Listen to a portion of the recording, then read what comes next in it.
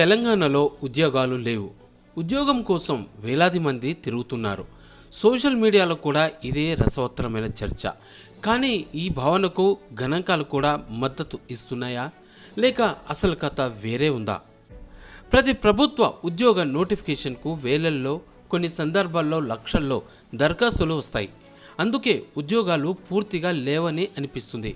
కానీ ప్రభుత్వ ఉద్యోగాలే మొత్తం ఉద్యోగ మార్కెట్ కాదు.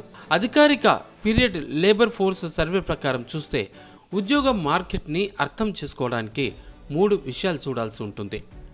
ఉద్యోగం కోసం ప్రయత్నిస్తున్న వారు ఎంతమంది, ప్రస్తుతం పనిచేస్తున్న వారు ఎంతమంది, ఉద్యోగం కోసం మార్కెట్లోకి వస్తున్న వారి సంఖ్య ఎంత. ఇక ఈ 3 కలిపి నిజమైన చిత్రాన్ని చూపిస్తాయి. దేశవ్యాప్తంగా తాజా గణాంకాలు నిరుద్యోగ రేటు తగ్గినట్టుగా చూపిస్తున్నాయి. కానీ అదే సమయంలో రెగ్యులర్ వేతన ఉద్యోగాల వాటా కొంత పెరిగినట్లు కూడా ఆ నివేదిక చెబుతోంది. అయితే ఉద్యోగాల నాణ్యత, జీతాలు, ఉద్యోగ భద్రత ఇటువంటి ప్రశ్నలు మాత్రం ఇంకా చర్చల్లోనే ఉన్నాయి. మరి ప్రజలకు ఉద్యోగాలు లేవనే భావన ఎందుకు వస్తుంది? కారణాలు చాలా ఉండొచ్చు.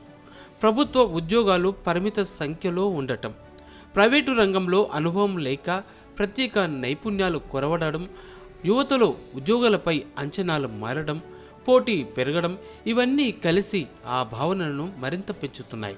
అందువల్ల ఉద్యోగాలు లేవు అని ఒక్క మాటలో చెప్పడం సరైంది కాదు. ఏ రంగంలో ఉద్యోగాలు పెరుగుతున్నాయి, ఏ నైపుణ్యాలకు అధికంగా డిమాండ్ ఉంది, ఎక్కడ అవకాశాలు ఉన్నాయి అనే ప్రశ్నలకి గణాంకాలతో సమాధానం కూడా వెతకాల్సి ఉంటుంది. అదే జనహిత టీవీ డాటా లక్ష్యం.